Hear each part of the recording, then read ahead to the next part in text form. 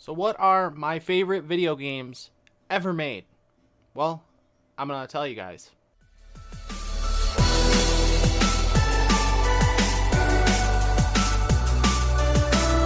So I didn't really do like a top 10 list, but I grabbed some of my games up here that I absolutely love as some of my favorite video games I've ever played in my entire life. And I'll have some honorable mentions after and some classic games and stuff like that I'll just mention. I didn't feel like going to grab. But first off, I'm going to start with The Legend of Zelda Breath of the Wild. This game is absolutely incredible. This game kind of blew me away, and then the Nintendo Switch visually, it was Nintendo's best game visually. The world, being able to explore wherever you want, nothing being like on your map telling you where to go, how to play the game. You just kind of go from one place to the next and explore and fill the map and different dungeons to go through. You can go straight to the end of the game right away if you want. Building up your hearts and your stamina in order to be able to get the Master Sword, finding different valuable items, crafting stuff, crafting different things, cooking, defending the Hyrule as we know it, which is every Zelda game, but I mean, Calamity Ganon taking over. We're getting a sequel to this game. It was so major. And when's the last time we got a major Zelda sequel? I think it was Majora's Mask, which was kind of a sequel to Ocarina of Time. Speaking of, Ocarina of Time and Majora's Mask are absolutely 100% honorable mentions. However, I think my main honorable mention for a Zelda game would be Wind Waker, only because Wind Waker was my first true Zelda experience as a kid, growing up with the GameCube era, because we had a GameCube over a Nintendo 64 back in the day. So Wind Waker was kind of my big honorable mention. But yeah, Legend of Zelda Breath of the Wild being one of the... It used to not be my favorite Zelda game. I kept it on Wind Waker, but Breath of the Wild truly is incredible and is definitely my favorite Zelda game, and I cannot wait for the sequel, and I'm probably going to put even more hours in the sequel than I did this one. Now, this next one on my list is a classic, but it came to the Nintendo Switch, and that is, for me, Super Mario Sunshine on the 3D All-Stars collection. Now, something with the analog sticks and stuff was a little bit funky at first with the Switch. I think they updated it, made it better. I noticed the difference when I first played it, but Mario Sunshine over Galaxy for me, and 64, because like I said, I did not grow up with a Nintendo 64, and the Wii was later on, and I didn't play Galaxy at first either. So, but Mario Sunshine, when my older brother got the GameCube, it was the very first game I played on the GameCube because he got it with the GameCube. And oh my gosh, like the mechanics that Mario with FLUDD, and then the levels where they take FLUDD away and how challenging they are, how difficult they are, how much they still make me mad today sometimes because the stupid mistakes that you make on those levels and how challenging they can be to get Mario to jump right, to get him to go through it right. And then the levels where you use FLUDD, there's the different kinds of FLUDD, there's all the different shine sprites that you need to find, secret levels everywhere. There's even a level with a roller coaster that you take down a mechanical Bowser. It's an awesome game. It's a really cool experience, Super Mario Sunshine. I highly recommend anyone to play that game. If anyone's going to ask me one Mario game to play, it's going to be between Super Mario Sunshine and, to be honest with you, Mario Odyssey. However, Mario Odyssey is not on this list, but that is going to be one of those games that I'm going to have as an honorable mention there. Mario Odyssey is an excellent, excellent game and a homage to all of the years of Mario, and it is just an awesome game. It did homage to Mario 64, especially being able to go back to Peach's Castle in that game. So that game was also really awesome, but this collection in general I highly, highly recommend. But Mario Sunshine is definitely my favorite Mario game. Next up on my list is my last, in my pile here, last Nintendo game, and that is Super Smash Bros. Ultimate. Now, I know it's a fighting game, but, you know, it's my list, so who cares? I played probably over at least 200 hours of this game. Now, I still probably would have put this on the list regardless, but the fact that they added a character I've been asking for a decade to this game, which was Sora, is absolutely incredible. That broke boundaries This game in general broke so many boundaries for characters that was added that people were like, just add Master Chief, add this character, add that character.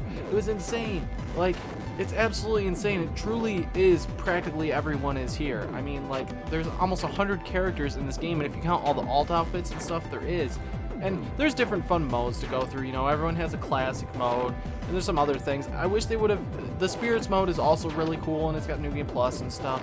But I do wish they would have done a Subspace Emissary kind of thing for this game to make it even better, like Brawl. But the Spirits mode is still really fun, and it can be kind of engaging, and the way the spirits work is kind of cool.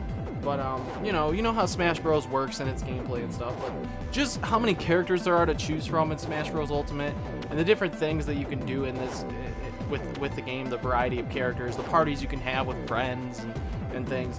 It's just a lot of fun. The map creator is great. Like, everything about Smash Ultimate, if you don't own this for Switch, it's kind of one of those games that's more of a must-buy, you know? It's one of those games on Switch, one of those few ones that it's like if you own a Nintendo Switch and don't own this Super Smash Bros. Game, you probably should. But I'm wondering if they'll make a complete edition later on. I feel like they won't due to licensing issues and stuff, but it'd be cool if they did. Now, the next game on my list is probably in my top 5 favorite video games of all time.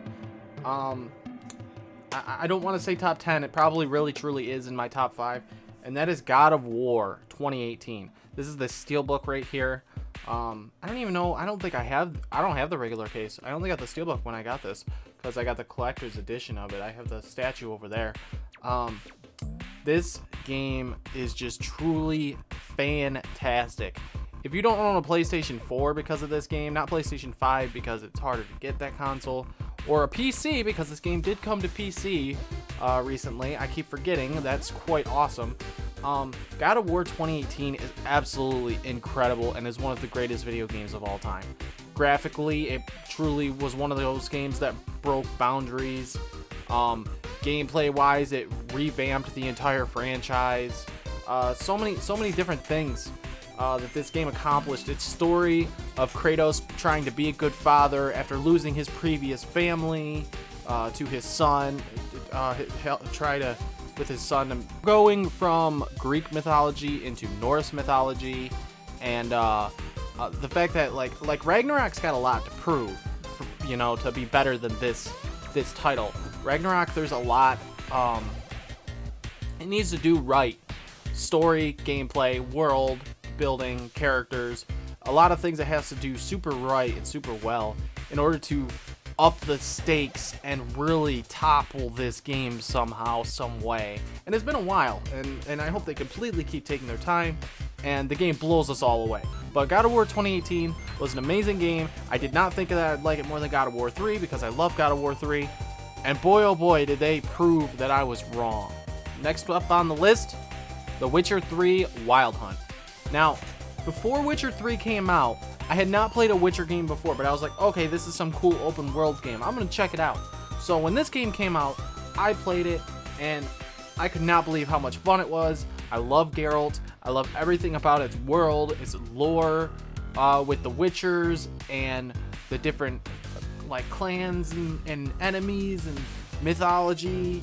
And then we got the show now with 2 seasons. Henry Cavill is amazing as that character, and things just keep expanding. And then there's the books, which I haven't read the books, but The Witcher 3 with its massive open world. I haven't played it in a while, so there's a lot of things I kind of forget. But the show really has helped me remember some things with the characters like Yennefer and Ciri and different things that I may have kind of forgot. But I'm waiting for the next gen version that's coming out this year, and I'm definitely going to go back and play The Witcher 3 Wild Hunt all over again when the next gen version comes out, which is planned to come out this year in 2022. Next up on my list is a game that I've played possibly more than most video games I've played in my entire life, and that is Monster Hunter World. I have the original copy of it, not the Iceborne copy, but obviously I bought Iceborne after that came out, and I was completely blown away at how many hours that I put into this and how the game just was never ending for me. Like, the amount of hours, heck, there's 1 or 2 monsters that I still never could kill in this game. I've played almost 800 hours of Monster Hunter World. That is insane, the amount of hours I put into this game. from all the different monsters to the armor that you want to get to the rare items in order to create new weapons, create certain armor pieces, do certain things. So many different monsters to hunt. There's like 100 different monsters to hunt in that game when you include the DLC. You get your base that you get to customize, play with your friends. Like your friends, there's like a hub world you guys can be in together. There's so much. Your palicos that you get to customize as well. Different events going on all the time.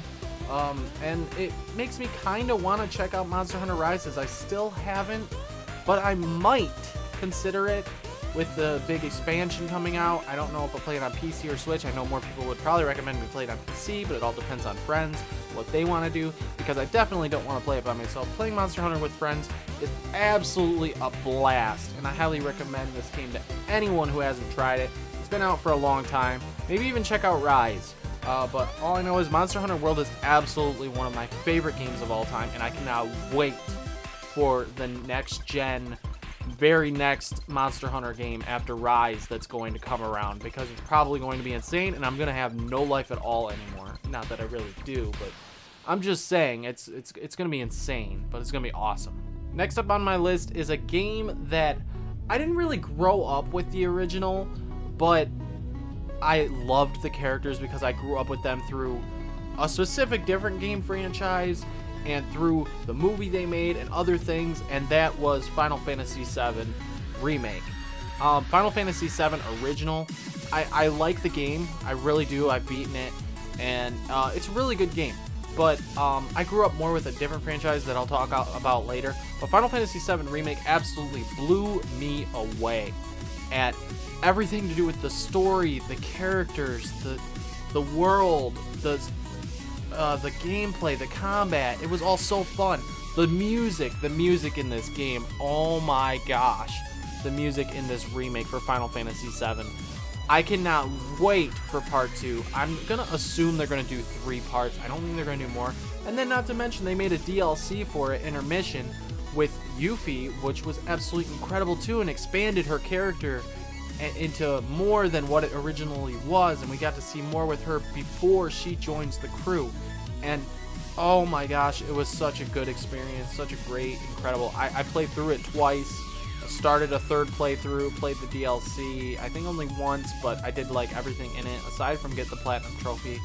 And I just love it so much, the characters and graphics and gameplay and music, and it pretty much, it was Game of the Year worthy, hands down, for when it came out. I've got a few more that I'm going to list here that are some of my favorite video games of all time.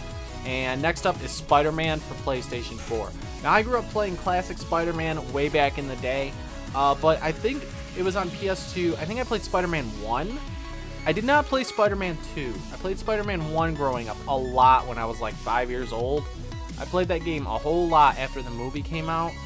And I hadn't played much Spider-Man games since throughout the years, really, until Spider-Man for the PlayStation 4 came out. And when this game came out, it looked amazing. I had to get it day one. I knew it was going to be great. But oh my gosh, like, the story blew me away at how good it was. And the way it ends with, spoilers, even though it's been out for a long time, the way it ends with Aunt May dying and Peter having to make that powerful choice at the very end of the game, and the way that they did the Sinister Six, and him having to deal with Doc Ock, with Doc becoming bad, even though they were so close. He was like a father figure to him, like an Uncle Ben to him. Everything, it was amazing. The gameplay mechanics, the graphics, the world, I keep saying this about like every game that I'm naming, but it's true, you know? Like, all the different things about all these games that I'm naming is true. And I hope with the sequel that it gets bigger and better. Also, not to mention, Miles Morales was also an excellent game. It was short and sweet, but it was great. I did 2 playthroughs, got the platinum trophy. Wait, no, I did 3 playthroughs. I forgot I did a third one actually this year. I did Spider-Man and I did Miles Morales. I played them both again because No Way Home got me really excited to just play more Spider-Man, and I replayed both of them for the 3rd time. And they are really, really excellent games, and I highly recommend it to anyone out there who is a fan of Spider-Man and all things Spider-Man. So the next one on my list is actually a new game. that came out just 2 or 3 weeks ago, and I cannot stop playing it at all, and that is Elden Ring. Elden Ring, oh my gosh. This game, I've always been a fan of From Software games. Since back in Bloodborne days was when I got into them, and I played every single one of their games. I didn't quite finish Dark Souls 1, and I barely played Dark Souls 2, but I played all of them regardless, and I've beaten some of them multiple times. But Elden Ring, I'm 70 plus hours into this game, and I still have yet to beat this game. This game's open world, it reminds me so much of Legend of Zelda Breath of the Wild, where you can just explore anywhere you want, nothing on the map shows you anything, and the map is kind of hidden, and you just keep exploring and going everywhere and anywhere you want on the entire map, and it just keeps getting bigger and bigger and bigger, and you keep missing stuff and missing stuff and missing stuff, and you just keep on going back, looking for catacombs and caves and secret places and secret items and different enemies that are hard or easy that you one-shot later on. You come back, there's bosses at every corner, from a boss that's just right out in the open to a boss in every single cave to a main boss that you hit, and that main boss you can't beat, so you leave and go explore the world some more, and you come back to it, and then you beat it and you get satisfied, and the game's cutscenes are absolutely incredible. The dark world that it's in, the fact that you get a horse and the horse can use a double jump, the messages from the trolls like finger and butthole and pickle, use pickle, and all that weird hilarious stuff, the double fisting thingy, which is like a meme everywhere, the little TikTok video. I find it hilarious, but that's just the Souls community, really. And the fact that this game is so big, so popular, and so mainstream, and that like all of my friends are even playing it, and normally half of them don't even like From Software games, is really awesome. And I congratulate From Software for the success of this game, the hype of the game being successful, and for me, it could be Game of the Year. But we have God of War Ragnarok and maybe Breath of the Wild 2 this year, I don't know. But there's a lot to look forward to this year, so I can't quite put it at Game of the Year yet, but I'm really, really considering it to probably being my Game of the Year. Now, last but not least on my list, I'll do honorable mentions after this, but Kingdom Hearts 2 is actually my favorite video game of all time. As you can see, I have the PS3 and PS4 copies of Kingdom Hearts 1.5 plus 2.5. I love Kingdom Hearts 2.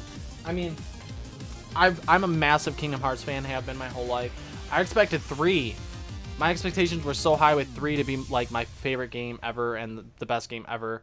And it's good, but it let me down compared to 2. That's what I was talking about earlier with Final Fantasy VII as my characters that I grew up with through Kingdom Hearts, actually. And then I watched Final Fantasy VII Advent Children, and my brothers played a little 7, but I didn't play it much until later in life. And then my one brother played the one with Zack, because Zack was his favorite Final Fantasy VII character.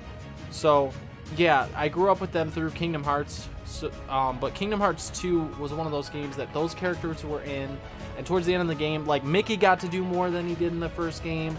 The stakes are higher, the story is better, the characters are awesome. Granted, the story is confusing with Kingdom Hearts, so it's not for everyone, but because I was a kid, you know, Disney meets anime kind of thing, it was definitely right up my alley, because I grew up with, like, when I was little, I liked Dragon Ball Z and, of course, Disney, and so, I mean, it was one of those things that just kind of worked. And I remember when Kingdom Hearts 1 came out, we got a PS2 that year for Christmas, me and my brothers, and we were playing Kingdom Hearts 1, and I was the only one to eventually finish the game. But when Kingdom Hearts 2 came out, my brother had it in his room with the PS2, and I didn't get to play it much until later on, which was very unfortunate. But I did end up beating it, and I've beaten Kingdom Hearts 2 more times than I can count. Probably, maybe 5 or 6 times. I don't know. I've beaten it on the PS2, PS3, PS4. I didn't play 2 on the PS5. I played 3 on the PS5, but not 2. But Kingdom Hearts 2 is a really awesome game. Really fun. I'll never, ever forget the 100 Heartless fight. The 100, or is it 1,000? I think it's 1,000. 1,000 Heartless fight is absolutely awesome. So cool.